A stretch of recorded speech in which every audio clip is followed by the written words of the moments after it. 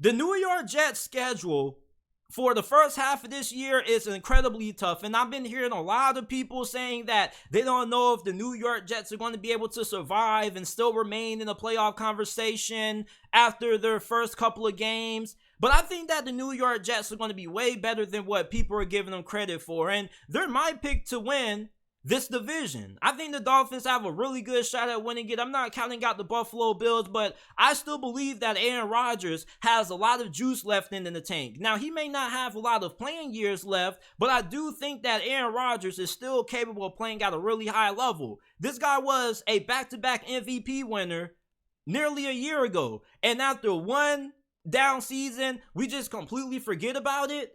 Aaron Rodgers has the most talented team that he's ever had in all his years playing with the Green Bay Packers. And that may be a bold statement to say, but what have the New York Jets given Aaron Rodgers that he wasn't able to get during his time with the Packers? A good group of receivers. Outside of Devontae Adams over the last couple of years, who else was stepping up at wide receiver for the Green Bay Packers? You got Garrett Wilson, you got Mecole Hardman, you bring and reunite Aaron Rodgers with his former teammate Allen Lazard, you bring in Randall Cobb, and I think that this offensive line is going to be a little bit better than what some people may think. I don't think the New York Jets have one of the worst offensive lines in the NFL. Mekhi Becton is only a bust or in the bust conversation, not because the dude can't play, but because the dude can't stay healthy. When he's on the field, he's a damn good player. And this is going to be one of the best defenses in the NFL. They had a really good defense last year, and they gave the Buffalo Bills a really hard time last year when they played. This is going to be a hard defense to score on. And when you look at the New York Jets' first 8 games, it is really tough. It's one of the toughest schedules in the NFL, but they're not the only team that has to play a tough schedule. You got to play the Buffalo Bills week 1, which is a winnable game because that's your division rival. Anytime that you play a team in the division, you have an equal chance to beat them and lose to them at the same time. So I think that the Jets are capable of being able to beat the Buffalo Bills to start the regular season. And the Buffalo Bills have a lot of turmoil going on right now. You talk about the New York Jets and how they're going to look and their potential to implode. The Buffalo Bills are definitely a team that should be on that list of teams that possibly could underachieve this year. Stephon Diggs wants more targets. He's being the diva. He's being the drama queen. And anytime you have a player like that and a distraction in your locker room like that, it can hold back the performance of your team. So I think that's a winnable game. Then you got to go on the road to play Dallas in Jerry's World. Now, the Dallas Cowboys are a really good team. All right, I think that the Dallas Cowboys have one of the best chances to win a Super Bowl than they have had since the 90s when you could watch them win Super Bowls on your VHS tapes.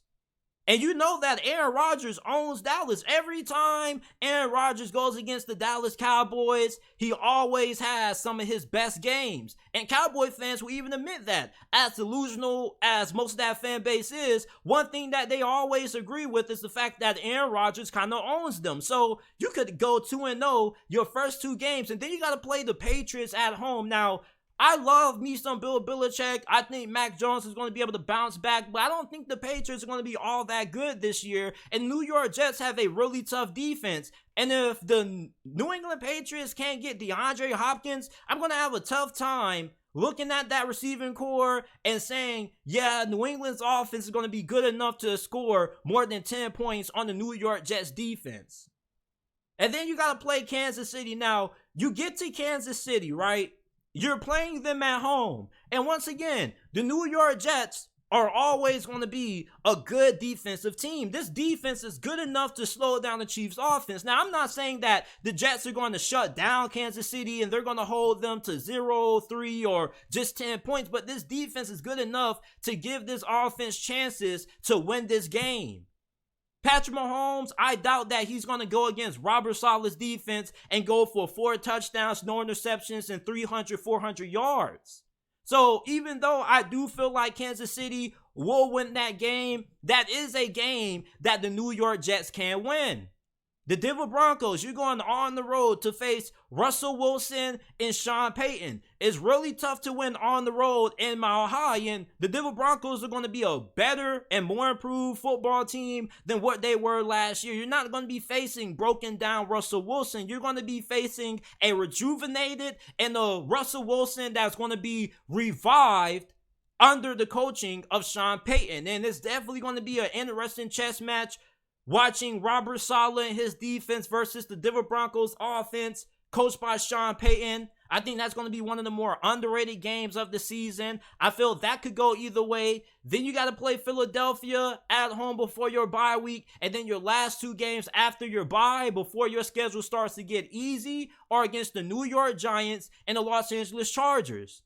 I think worst case scenario for the New York Jets, in my opinion, they go 5-3 during this stretch of their first 8 games of this year. Now, my best case scenario, and some of y'all may call me a little bit delusional, but I say 7-1. I think there's a real possibility that the Jets could end up having one of the best records in the AFC this year. They do have a really solid team. The only thing that they've been missing is quarterback. You can talk about the offensive line all you want to, but the offensive line wasn't costing them games last year. It was the awful QB play. I think that offensive line was good enough to give those quarterbacks a shot at winning. They nearly went to the playoffs with some of the worst quarterbacks in the NFL. So imagine what they can do with an improved Aaron Rodgers. And Aaron Rodgers, low-key, kind of improves their offensive line with his ability to extend plays, buy time for receivers to get open, and how good he is moving within side of the pocket.